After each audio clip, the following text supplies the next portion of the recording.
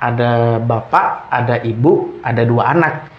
2 anaknya nggak tahu cowok cewek, nggak tahu, pokoknya 2 anak gitu aja. Lah, emang bapak ibu mana? Saya gitu. Terus orangnya ya secara gaib yang nungguin di sumur itu gitu. Saya nggak tahu itu masuk desa gaib, dunia gaib, saya nggak tahu. Saya jalan aja, saya nemuin jalan satu, jalannya makadam, batu-batu besar-besaran. Kanan kiri seperti pohon pinus.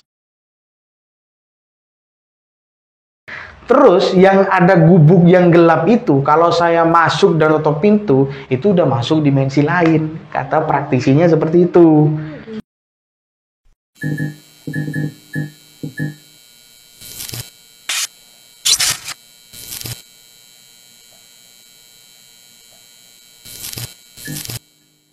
Assalamualaikum warahmatullahi wabarakatuh. Kembali lagi bersama gua Sherly di Diary Neng Sherly. Kumaha dararamang sadayana. Semoga kalian selalu sehat dan selalu dilindungi oleh Allah Subhanahu wa taala. Amin ya rabbal alamin.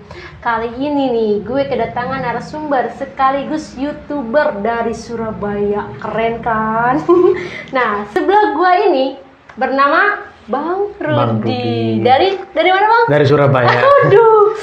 Jauh-jauh dari Surabaya ke Jakarta. Itu untuk liburan atau untuk apa nih, Bang? Liburan lah, liburan aja. Dan alhamdulillahnya tuh bisa mampir ke Diary Neng Sherly ya, Bang ya. Iya.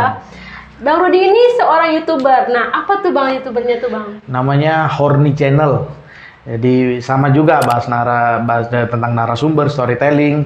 Jadi kalau di Horny Channel bebas ceritanya, bukan hanya pendakian, bukan hanya cerita-cerita non gunung, jadi bebas mix gitu aja. Oh, mantap. Untuk kalian nih yang sudah nonton channel ini, langsung mampir ke channelnya Bang Rudi dan langsung aja di subscribe, di like, di komen. Teman-teman yang belum subscribe, tolong di subscribe, di like, di komen, dan di share agar gua dan tim gua itu lebih semangat lagi cari narasumber yang lebih keren. Oke, penasaran kan dengan ceritanya Bang Rudi? Langsung aja kita dengerin cerita dari Bang Rudi.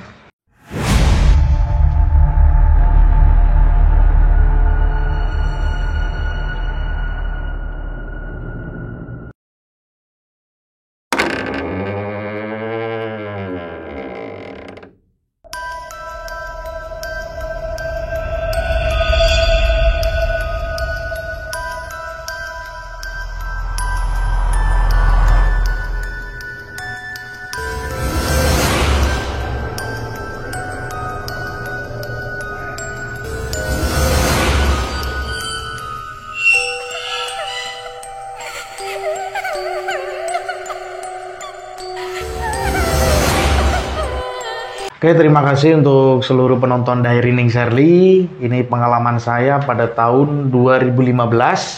Itu pada bulan November entah Desember ya, saya lupa pada saat itu. Dari Surabaya saya ingin berlibur ke kota Yogyakarta. Ke Yogyakarta. Saya berangkat itu sebenarnya 6 orang.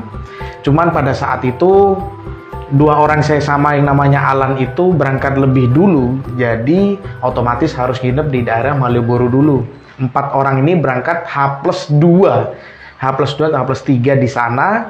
2 orang ini adik kelas saya cowok cewek, mereka berpacaran. Yang satunya cowok cewek kakak adik yang rumahnya di daerah Sleman. Jadi dia tinggal di Surabaya, asli orang Sleman sebenarnya. Saya mau nginep di Jogja Malioboro selesai, setelah mereka datang H+2, karena nginep di sana juga gratis ya. Dulu 2015 masih mikir-mikir untuk nginep mahalnya apa, sangunya dan lain-lain. Kita berangkat ke Sleman. Saya nggak tahu ya, di tempat Sleman itu seperti apa, dan juga adabnya seperti apa, adat istiadatnya seperti apa, saya nggak tahu. Cuman saya datang, bismillah, saya datang bertamu di Sleman gitu aja. Saya datang ke sana. Rumahnya itu gimana ya, besar memang, lebar, dan juga perkampungan di sana itu saya rasa sepi sekali. Kenapa? Karena jarak rumah satu antara ke rumah lain jaraknya jauh gitu. Ada space-nya jauh-jauh, dan juga orang yang tinggal di sana itu orangnya sepuh-sepuh. Mungkin pemikiran saya pada saat itu yang muda-muda merantau kah atau gimana gitu ya. Saya nyampe sama teman saya Alan motoran tuh boncengan karena sewa di daerah Jogja. Nyampe di daerah Sleman sana, saya nggak sebutin desanya apa, kecamatannya apa, saya ingat, cuma saya nggak sebutin, takutnya dengan di sana kan masih ada ya privacy gitu aja. Pokoknya daerah Sleman, saya nyampe, rumahnya besar, untuk yang depan ada halaman untuk parkir dan lain-lain, untuk yang kedua ada ruang tamu, plus yang namanya ada untuk pingpongan, jadi lebar gitu. Yang ketiga ada kamar lagi, yang keempat ke belakang, paling belakang itu ada dapur, terus halaman taman gitu, terus ada toilet, kamar mandi, satunya ada yang namanya sumur. Sumurnya nggak pernah dipakai. Pertama kali saya datang sama cucu yang cewek itu dibilangin, Ruth, kenapa? Kalau di sini di belakang jangan aneh-aneh ya. Kenapa emang? Di sumur itu ada bapak, ada ibu, ada 2 anak. 2 anaknya nggak tahu, cowok cewek nggak tahu, pokoknya 2 anak gitu aja. Emang bapak ibu mana? Saya gitu. Terus orangnya ya secara gaib yang nungguin di sumur itu gitu. Oh ya udah kalau gitu. Untuk lampu penerangan di rumah itu, untuk yang posisi belakang hanya seperti lentera gitu. Oblek bahasa Jawanya ya, pakai oblek gitu aja. Untuk yang depan pakai lampu cuman remang-remang, namanya juga desa gitu. Sudah saya di sana selesai, saya nggak mikir aneh-aneh, pokoknya saya mandi dan lain-lain. Hari ketiga, kalau hari keempat, saya kan masih di sana mau ganti baju. Mau ganti baju, gak mungkin lah ganti baju di depan teman-teman ada cewek. Ganti kaos gitu, masuk ke dalam sebuah kamar.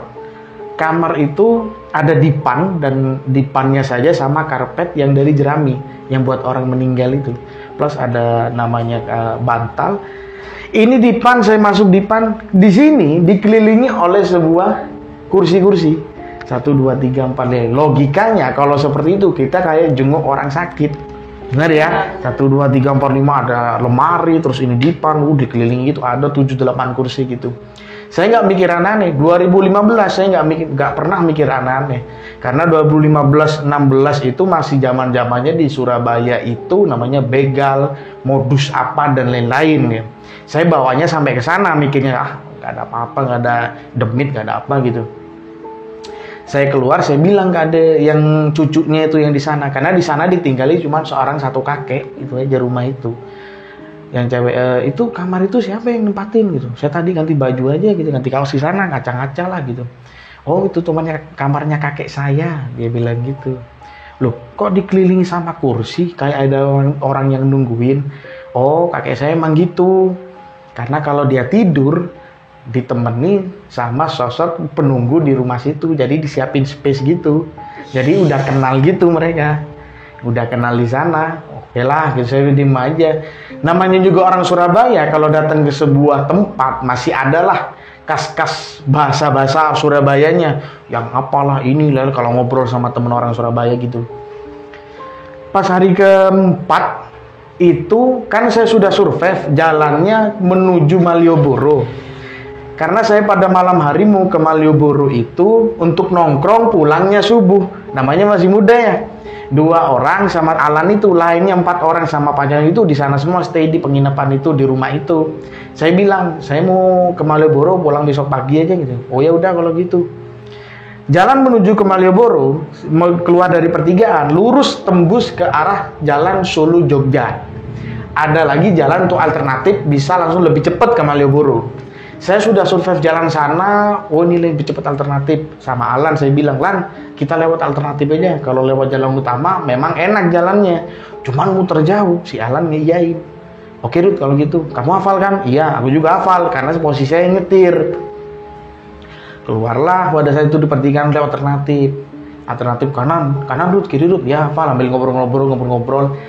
Ini jujur ya, saya melihat depan jalan itu jalan raya aspal bagus. Tapi entah kenapa Alan di belakang saya bilang ini, Ruth, mandek, berhenti Ruth. Kenapa? Saya sudah ada di ujung, mau terjun ke wisata lahar dingin. Wisata lahar dingin di daerah Sleman sana. Tanpa disadari. Di wisata lahar dingin itu ada sebuah jembatan. Memang di jembatan itu bisa dilewati mobil, motor apa. Sebelum jembatan itu ada space rumput-rumput yang bisa langsung terjun ke bawah. Saya ke sana, mau jatuh ke sana. Saya diam, kok bisa gini? Lan, kamu itu ngawur. Saya dimarahi gini-gini, jengkel, debat-debat lah.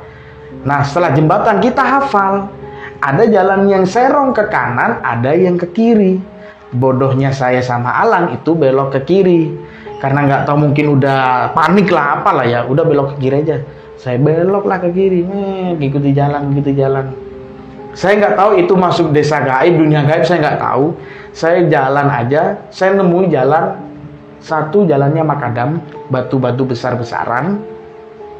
Kanan kiri seperti pohon pinus, besar kayak gitu. Penerangan hanya di motor plus yang ada di awan kayak di bintang gitulah, kayak cuma remang-remang gitu aja. Alan nyeletuk di belakang saya, Ruth, ini kayak wisata horor ya, kayak di film-film ya, bagus ya gitu. Pikiran saya pada saat itu hanya satu, begal, takutnya begal, motor nyewa. Lan, kalau ini ada begal gimana ini? Kamu bilang horor-horor aja gitu. Udah saya jalan, makan, tuh. Di situ ada yang namanya gubuk teman besar. Di depan gubuk itu ada seperti tempat duduk orang desa itu yang persegi panjang kayak gitu-gitu. Cuman gelap. Karena pada saat saya jalan di makadam itu nggak ada yang namanya orang, nggak ada orang motoran, nggak ada suara apa, nggak ada. Cuman saya sampai cuman denger saya kayak dinding nying gitu kalau berhenti sambil suara motor. Saya berhenti di depan gubuk, lah coba masuk aja tanya gitu, didok-dok aja mungkin ada orang gitu. Saya udah nggak ya, Alan nggak yakin ini udah gelap semua ini gitu, udah gelap. Ya udah kalau gitu lurus aja. Saya lurus ngikuti jalan. Setelah lurus, di pojokan itu masih ada hutan pinus. Kalau bahasa Jawanya saya mengatakan alas ya, mungkin lagi di alas itu ada sebuah rumah dengan nenek-nenek duduk seperti ini, duduk di bawah ya, di lantai gini, dengan berjualan toko kelontong, ada rokok, ada apa dan lain-lain. Saya ke sana jalan, coba Lan tanya kalau mau arah ke kota kemana, Malioboro, jalan raya gitu. Karena nenek-nenek di orang-orang di Sleman itu, kalau saya waktu datang ke sana kebanyakan bahasanya Jawa halus, sedangkan saya Jawanya Jawa kasar. Si Alan dia bisa pakai Jawa halus. Coba tanya Alan ke nenek itu. Dia tanya, turun memang, saya matikan motor, cuman saya di atas motor. Saya ngawasi kanan kiri, ngeliat kanan kiri. Memang bener toko kelontong, rumah, lampu nggak remang-remang, memang terang. Nenek itu diem pakai kayak gini yang Jawa. Cuman saya ngeliat dia orang gitu, lihat orang dia diem gini. Saya nggak tahu pakai ngobrol apa, saya ngawasi. Tapi anehnya, setelah rumah itu ada hutan pinus lagi, hutan pinus sawah. Saya nggak mikir aneh. Gimana Lan? Udah tanya, udah suruh lu kiri lurus apa gitu, bahasa Jawa gitu. Dia lurus, saya ngikuti jalan. Tiba-tiba saya nyampe di pertigaan pertama lagi. Balik lagi di jalan awal. Memang keluar jam 10 nggak sampai 1 jam, mungkin 40 menit, 45 menit lah. Saya lihat jam, waduh ada yang nggak beres nih Lan. Kok bisa balik lagi ya? Ya udah kita jalan ke Malioboro lewat jalan yang utama, Solo Jogja. Mungkin kalau orang Sleman pasti tahu nih cerita saya ini, jalan-jalannya. Udah pulang tuh dari Malioboro nongkrong, udah pulang pagi, siangnya sudah tidur, siangnya saya ngecek jalan itu. Saya ngecek jalan, memang benar kita tembus ke jalan Manglahar Dingin. Tapi saya nggak tahu kok bisa ada di sini gitu. Kayak posisinya tuh dirubah gitu lah. Sama nggak tahu lah dirubah gitu. Oh iya Lan, ini di sini kita kemana mau jatuh? Iya di sini. Kita lurus tuh jalan tuh, lurus. Memang ada jalan serong ke kanan itu tembus ke jalan alternatif menuju kota. Yang ke kiri tuh nggak ada. Yang ke kiri tuh bentuknya kayak sawah tutup, nggak ada jalan. Nggak ada jalan sama sekali, nggak ada apa-apa sih. Loh Lan, kok nggak ada jalan dulu ini? Ya udah, kita kalau coba ke kanan, memang jalan alternatif yang menuju jalan raya besar. Nah, dari situ kita cari desa yang kemarin malam kita lewati pakai motor.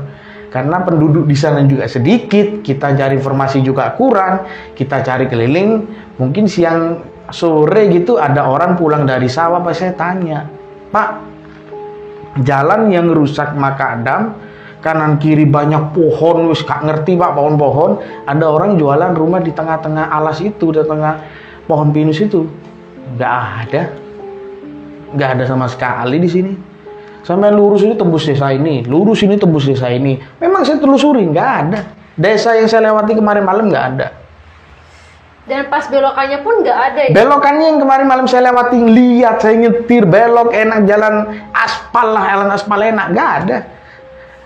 Cuman serong ke kanan aja. Bodohnya kita kok belok kiri lah nih, nggak tahu. Cuman aku ingatnya belok ke kiri gitu, tapi sebenarnya kanan. Iya, ingatnya baru besok kita cek, ternyata bener belok ke kanan.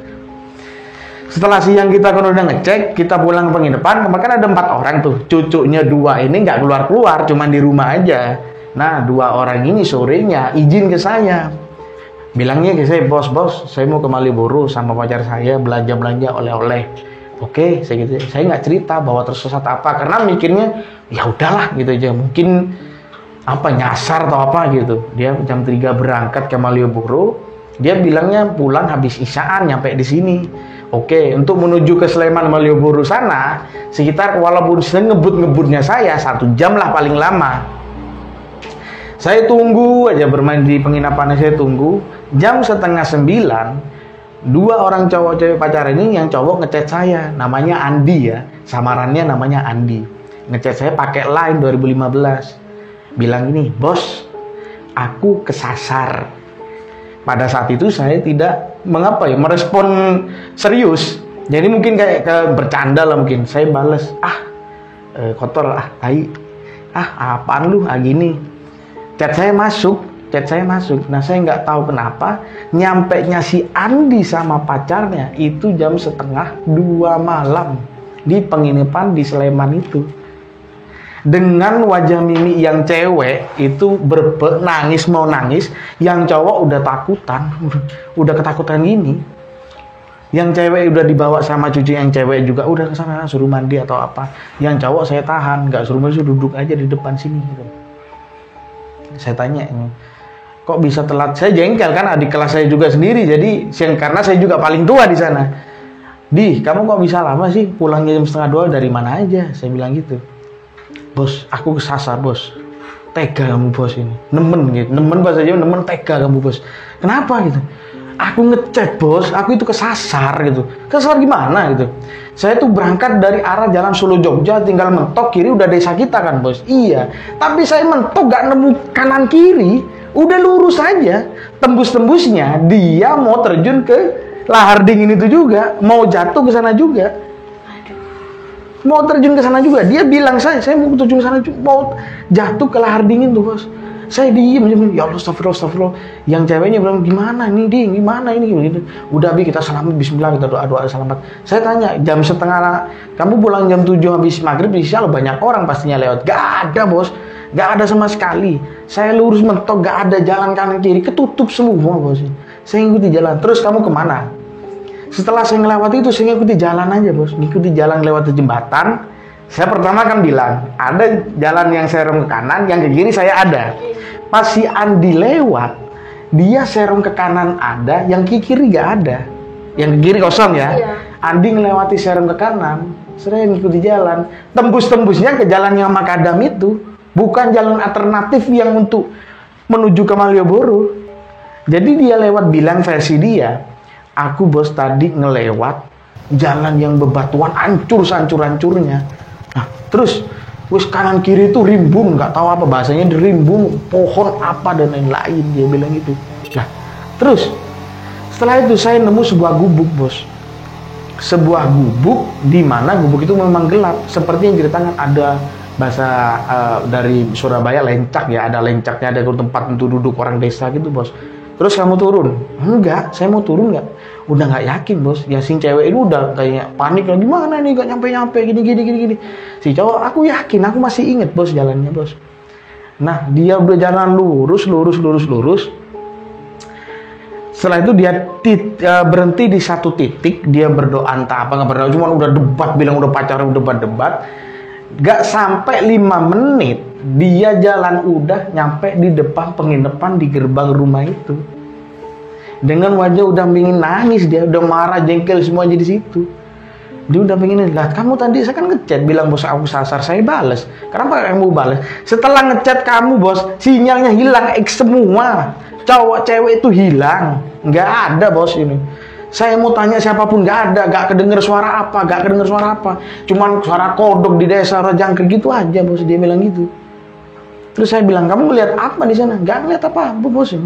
Cuman kayak ada kelibetan di kanan kiri, pinus kan pohon nempel-nempel gitu ya, cuman gitu, bos. Kita udah si Andi sama pacarnya ini udah mikir nggak bakal bisa balik kayaknya nih. Karena dia udah kayak pada tahun 2015 udah mikir, wah ini horor ini. Nah, si Andi ini bilang udah nggak sampai 5 menit nyampe di depan penginapan. Saya kan kalau di desanya itu kalau dalam arah ke atas memang ada jalan, tapi dia memang keluarnya dari atas gini. Lah kamu kok bisa tembus di sana jalan yang di atas? Aku nggak ngerti, Bos. Dia bilang gitu. Aku nggak ngerti, tiba-tiba ada di sini, Bos. Saya tanya, lihat apa aja di sana? Cuma lihat gubuk, ngelihat ada orang jualan nggak atau nenek-nenek. Anehnya si Andi nggak ketemu sama orang itu. Dia berasa bilangnya nggak tahu, dia udah panik, nggak ngecek jam, nggak ngecek HP, jam berapa. Saya nggak tahu bensinnya tuh full dari Malioboro kok nggak habis-habis gimana. Cuman dia pulang-pulang udah ngerasa kok malam ya, sampai 1:30 ya. Dia bilang gitu. Kamu pulang jam berapa sih? Habis Isya saya pulang. Setidaknya jam 8 udah nyampe. Si ceweknya udah shock lah dan lain-lain, yang Fandi udah shock dan lain-lain. Oke Van, kalau kayak gitu, ini aku cerita. Oke Di, kalau cerita gini, cerita. Aku juga ngalamin kayak kamu. Tembus ke jalan yang makadam rusak-rusak batu-batuan. Cuman saya belok ke kiri. Belok ke kiri mana, Bos? Belok ke kiri lo, gak ada jalan. Kita itu belok ke kanan, tembus Malioboro, ya, jalan menuju Malioboro. Oke, ini udah malam, tidur, mandi, tidur. Besok kita cek bareng-bareng 4 orang. 2 cucunya gak mau ikut, walaupun denger cerita itu, apa sih gitu-gitu. Oke, kita cek berempat, saya, Alan, pacarnya Andi sama Andi. Cek jembatan ini, iya Bos, saya mau jatuh di sini Bos, wisata lahar dingin. Oke, saya juga mau jatuh di sini. Kita jalan setelah jembatan, nih serong ke kanan, iya, saya masuk ke kiri Di, dia nggak percaya. Masa Bos, saya masuk ke kiri, nih Alan buktinya. Ini. Tembus mana? Jalan Makadam. Kamu kemana kemarin? Ini bisa serong ke kanan Bos. Kita ikuti jalan saya kanan berempat, motor 2 ya bermenit. Ini jalan yang Malioboro. Tapi saya nggak tembus ini Bos, dia bilang gitu dia. Saya tembus yang jalan rusak itu Bos, dia bilang gitu. Kok bisa? Nggak tahu. Apakah kamu? Saya mikirnya udah mulai aneh ya, karena cowok cewek pacaran pada saat itu bahasa Indonesia. Apa kamu ngelakuin aneh-aneh gitu? Enggak Bos, demi Allah. Karena depan motornya itu Matic, udah banyak barang-barang dari Malioboro gitu. Gak aneh-aneh aku Bos, sumpah Bos gitu. Oke, kalau gitu kita pulang aja, kita ke penginapan, kita ceritanya ke kakeknya yang ada di sana. Siapa tahu ada mungkin pantangan dari kita ada yang kena dilanggar atau apa, kita nggak tahu. Oke, ulanglah. Cerita ke kakek. Yang cerita ngomong itu si Alan, ada cucunya juga, bahasa Jawa halus. Intinya kita kesasar lewat jalan ini yang bermakadam, hutan pinus, nggak dengar suara apapun, nggak ada orang-orang apapun, cuma ada gubuk sama orang jualan. Si Andi nggak ngeliat orang jualan. Jawabannya gampang, kau no popo. Nggak menjelaskan sama sekali, cuma nggak ada apa-apa. Masih misteri berarti. Masih misteri, nggak ada apa-apa. Loh, saya diem aja di sana.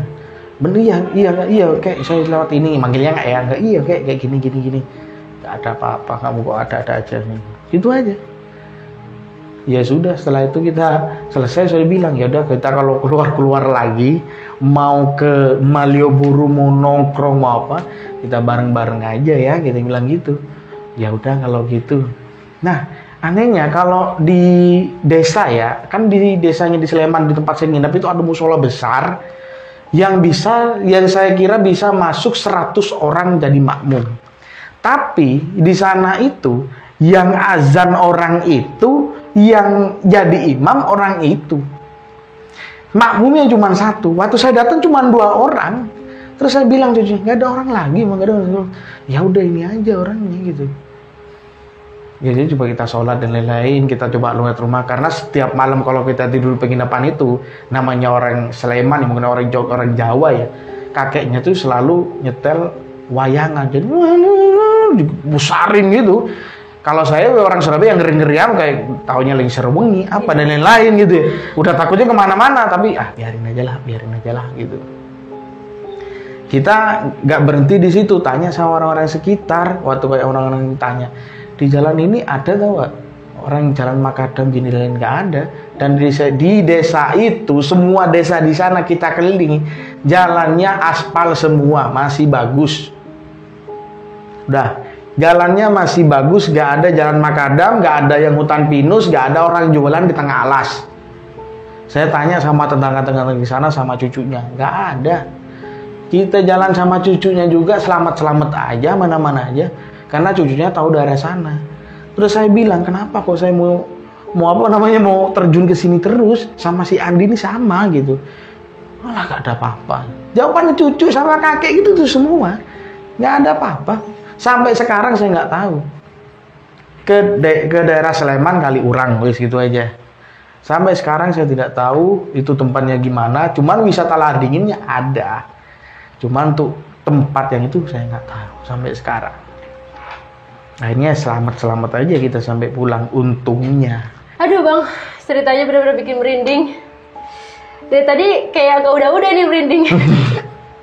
Dan seru banget sumpah beneran. Kayaknya ya mungkin karena dari siangnya nggak ada, malamnya ada itu perkampungan. Memang mungkin ya, perkampungan gaib mungkin ya. Cuman ya saya kan dulu kan nggak mikir tentang hal gaib ya. 2021 saya tanya ke orang-orang yang ngerti lah, ngerti. Saya ceritain semuanya tuh. Dari orang praktis itu ya, kita sebut praktis itu bilang bahwa yang wisata lahar dingin kamu mau terjun itu sebenarnya tuh apa kerajaannya atau apa gitu. Saya mau ditarik ke sana sama si Andi. Terus saya bilang saya nggak jadi. Terus saya tembus jalan Makadam dan lain-lain. Jawabannya kamu masuk desa gaibnya. Jadi berbeda. Kerajaannya mau narik, desa gaib narik tapi sampai masuk. Terus yang ada gubuk yang gelap itu, kalau saya masuk dan tutup pintu, itu udah masuk dimensi lain. Kata praktisinya seperti itu. Gitu sama saya, oh kayak gitu. Tapi memang bener saya masuk, kamu tuh masuk dimensi lain. Tapi memang si Andi kan pulang habis Isya, kok tiba-tiba 1:30, memang dia nggak ngecek HP, udah panik, udah debat gimana gitu.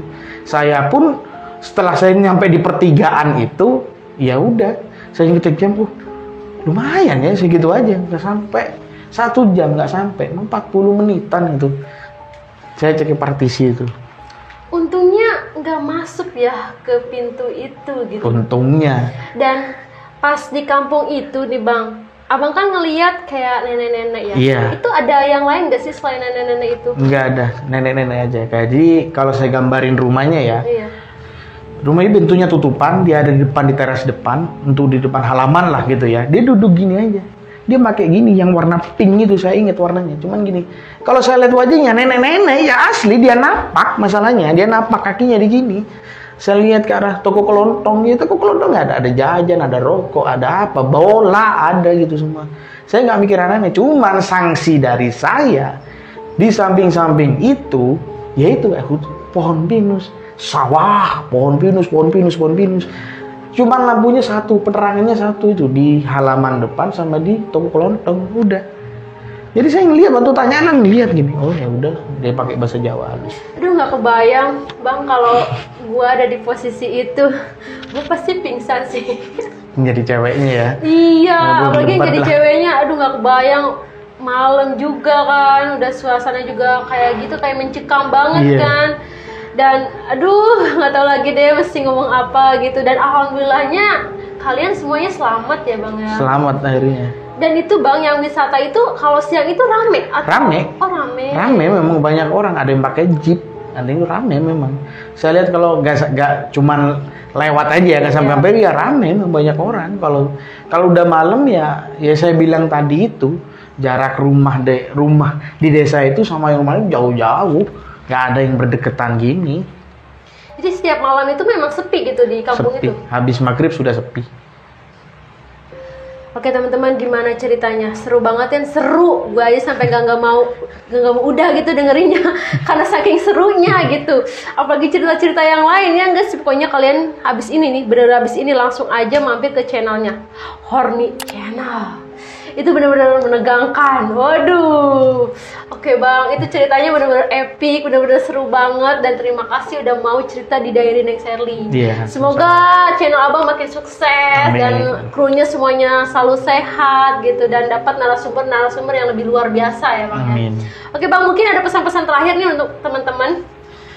Pesan-pesannya ya pokoknya kalau datang ke tempat orang permisilah gitu aja, bismillah. Kalau misalkan tiba-tiba tersesat atau masuk desa gaib atau apa, banyak-banyak berdoa aja. Ya benar. Karena sejatinya kita sama makhluk tak kasat mata itu hidupnya berdampingan gitu aja. Ya, mungkin bedanya ada yang bisa ngelihat dan ada yang nggak bisa ngelihat ya Bang ya.